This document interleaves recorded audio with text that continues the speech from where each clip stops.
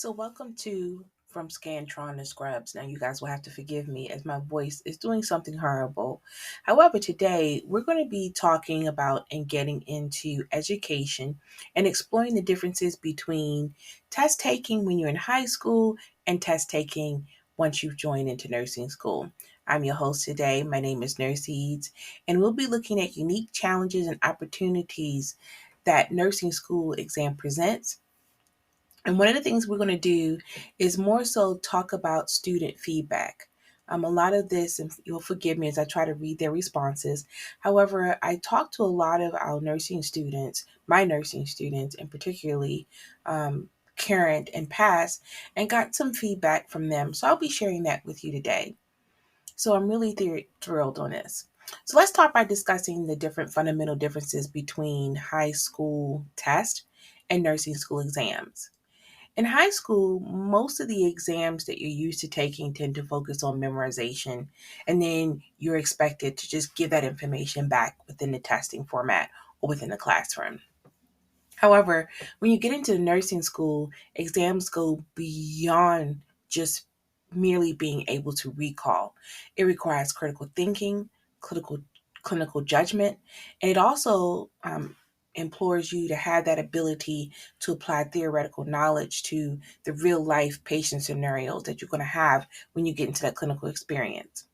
So, how would you describe this shift in testing approach? Well, one of my students said, the high school tests often revolve around multiple choice questions and straightforward factual recall. On the other hand, nursing school exams incorporated various question formats such as multiple choice, fill in the blank, short answer, and even clinical simulations. These exam formats reflect the complexity of nursing practice, where students had to think critically, prioritize care, and make sound clinical decisions based on their understanding of nursing theory and evidence based practice. You know, that information is actually true. There is a significant difference between that high school. So I appreciate the high school examination and what happens in nursing school. And so I appreciate that feedback from the student. You know, it is a big departure from that traditional style of test taking that you were used to in high school, and just trying to incorporate having different styles that include that critical thinking and clinical judgment. The next question that I asked the student was to share some strategies that they felt they could use to help them excel when it comes to taking nursing student exams. Forgive me. And the student said that first and foremost, they had to develop a strong understanding of the nursing concept and the theories, and that was crucial for them. And that the students should focus on actively engaging with the course material, taking thorough notes, and seeking clarification when needed. Additionally, forming study groups and participating in hands on clinical practice was beneficial for them.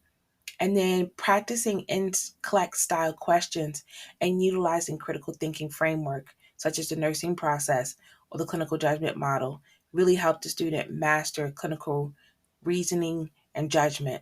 And that was essential for them. I teach all the time to my students um, about some of these similar points that was brought out in this feedback from one of my past students.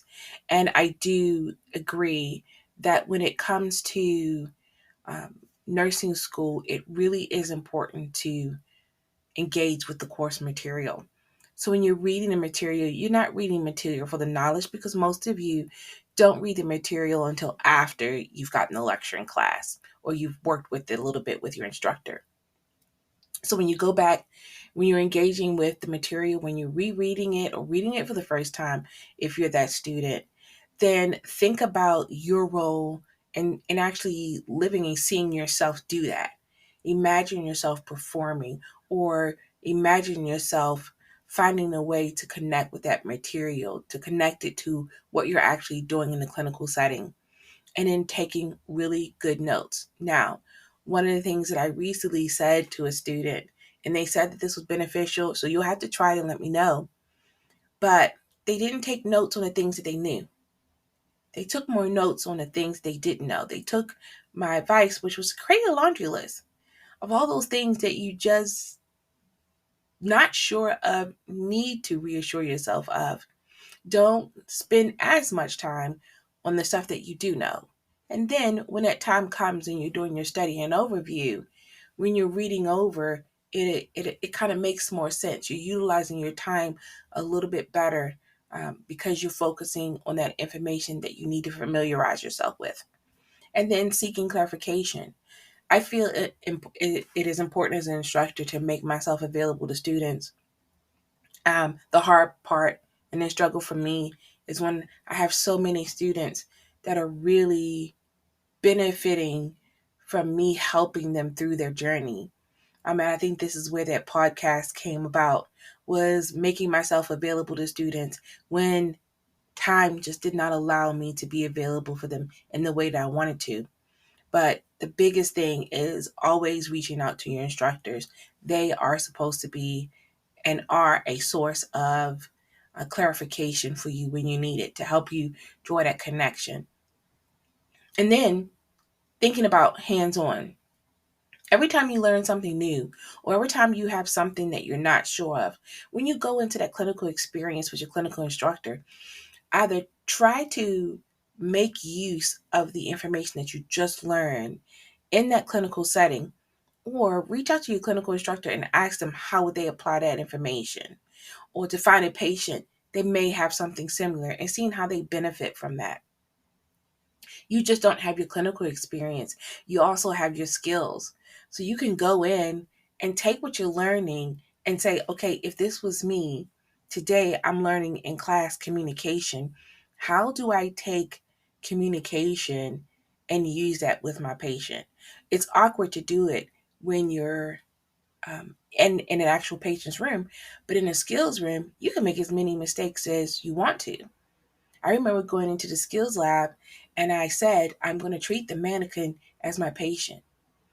And so to this day, I have learned this saying, either realizing what time it is, and then I say to my patient, good morning, good afternoon, good evening. My name is Nurse Eades. I'm going to be taking care of you today. I'm going to be working here with you from 7A to 7P.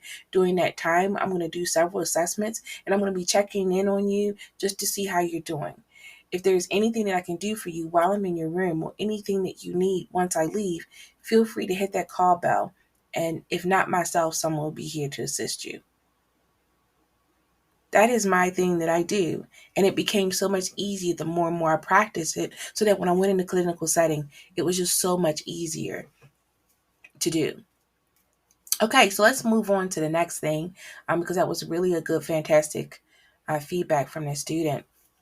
So now we're going to talk about the role of time management during exams.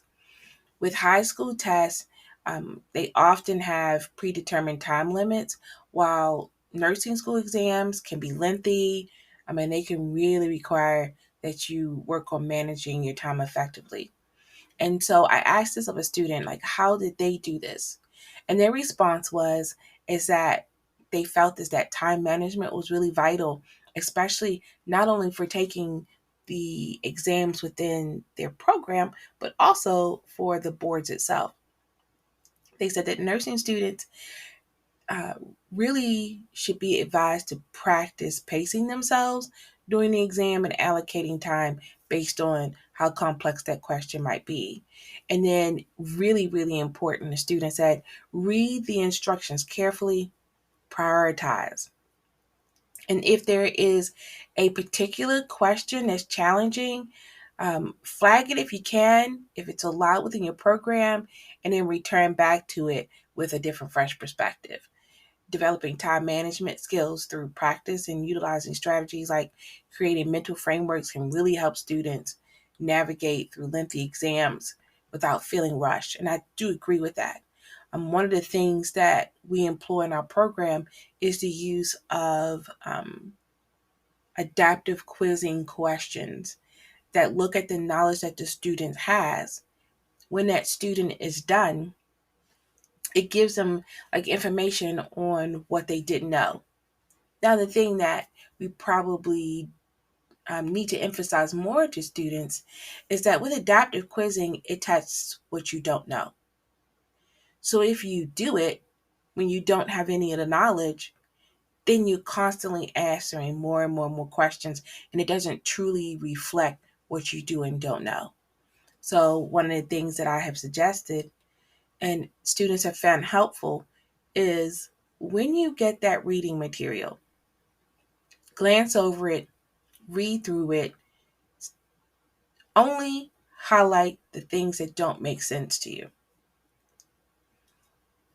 Keep on reading, come back to the things that don't make sense to you, see if you can make sense of it, and if not, create those highlights as lists of things that you're going to look over when your teacher does their review. Now you're in class and you're getting another introduction into this information, and you realize that your teacher's coming up on a fine point that you just couldn't connect with in that material. That's the opportunity that you have to ask those questions in class. Once that information clicks for you, you come back, you review your notes, and it all makes sense. That's when you go and you do your adaptive quizzing questions.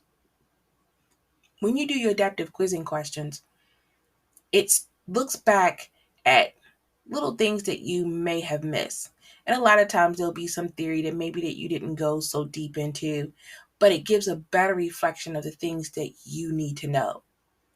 The other purpose in using the adaptive quizzing questions is because the adaptive quizzing questions have been updated to the NCLEX style of questions that we're currently doing. It's NCSBN 2023 test plan. So when you start doing those questions, use those questions as an opportunity to engage in the clinical judgment model, which we'll probably talk about in another episode. But as you look at those questions, you get an idea of what type of test person you are. It allows you to determine whether or not you are a person who reads through the questions and analyzes it, or do you have sometimes um, what is the word I'm looking at? I'm looking for, it's a common thing that students do where they skip over words. So look to see whether or not that's what you're doing. Was there something that you missed? One word that changed the whole meaning? And then when you start identifying those things, you actually stop doing them. And when you stop doing them, then you're less finding yourself in that chance where you're not really making any mistakes anymore because you've identified, I'm not reading the question all the way through. Let me take the time, read the question through. And when you read the question through, you begin to realize, okay, that's what I missed. I won't do this again. And you'll start training yourself to stay focused. So good advice. As we wrap up, one of the things that I want to touch on is the emotional and psychological aspects of the nursing program. I do a lot of talking and presenting on anxiety and stress in the classroom. And many students do experience increased stress levels due to high stakes when it comes to these exams. So, the last question for the day, which I approached with a student, was how can nursing students manage their anxiety and stay focused during these really intense testing periods? And one of your fellow students, they really had a good comment. They said, nursing school exams can be demanding intellectually and emotionally, and that it was essential for them to prioritize self care and to maintain a healthy balance between study and relaxation. And that by engaging in stress reducing activities such as exercise, mindfulness, and then having a really good support system, especially within their classmates, it helped them alleviate some of that stress and anxiety. Additionally, they use effective study strategies that looked at repetition of the material, breaking down them into manageable chunks so they could study on them. So not overwhelming themselves by doing little pieces at a time. And because of doing this, this enhanced their ability to retain the information. And then they really relied on their instructor. Um, so whether it was faculty or the tutoring services, or even student health services for mental health. This was very valuable to them as a resource. And my response to that student is, if you come back to listen to this podcast or anyone else, excellent insight into understanding, that nursing exams really do require a different skill set and approach other than that which are common to in high school.